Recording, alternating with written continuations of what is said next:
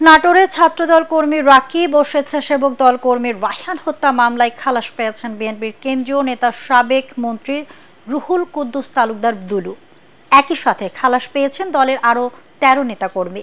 দুপুরে নাটোরের অতিরিক্ত জেলা ও দায়রা জজ আদালত ৩-এর বিচারক মোহাম্মদ মাইনুদ্দিন এই রায় দেন। আসামি পক্ষের আইনজীবী রুহুল আমিন তালুকদার টগর জানান, ২০১৫ সালের ৫ জানুয়ারি কেন্দ্র ঘোষিত গণতন্ত্র হত্যা দিবস পালনের জন্য বিএনপি নেতা কর্মীরা নাটোরের তেবাড়িয়া এলাকায় বিক্ষোভ মিছিল বের করলে হামলা চালায় আওয়ামী লীগ কর্মীরা। এতে নিহত হয় ছাত্রদল কর্মী রাকিব ও স্বেচ্ছাসেবক দলের কর্মী রায়হান। এই ঘটনায় রাকিবের ভাই আঞ্জুম বাদী হয়ে অজ্ঞাত আসামিদের বিরুদ্ধে মামলা দায়ের করে, কিন্তু তৎকালীন আওয়ামী লীগ এমপি শফিকুল ইসলাম শিমুলের চাপে উল্টো দুলু সহ বিএনপি নেতা কর্মীদের অভিযুক্ত করে চার্জশিট দেয় পুলিশ। মামলা থেকে মুক্ত হয়ে প্রকৃত হত্যাকারীদের বিচার দাবি করেন দুলু।